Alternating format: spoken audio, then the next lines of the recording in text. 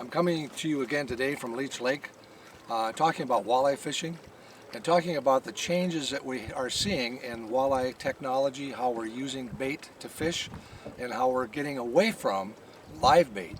I think most of us are comfortable with minnows or night crawlers or leeches, but there are a number of anglers out there, including Al Linder and others, who are doing really cutting edge work with artificial baits.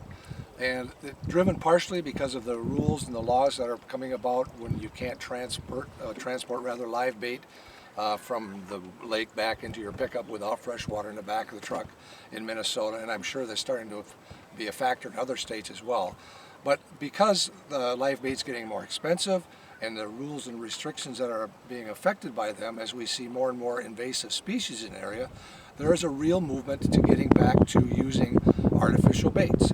And I'd like to talk just briefly today about paddle baits, paddletails, and walleye fishing.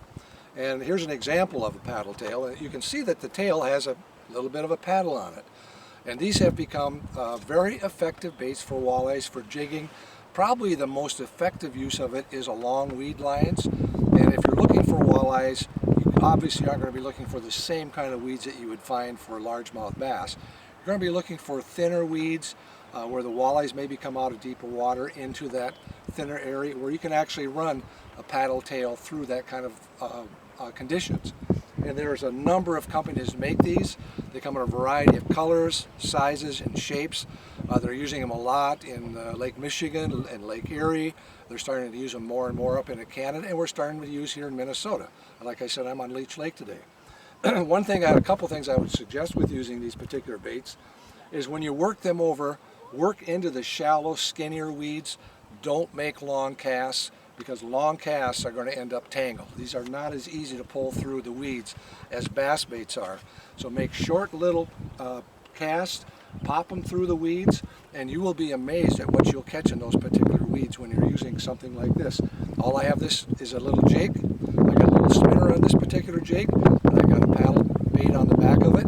And it's really, really attractive and very, very effective. This one particularly is a birch color, and they come in a variety of colors. This is another good color.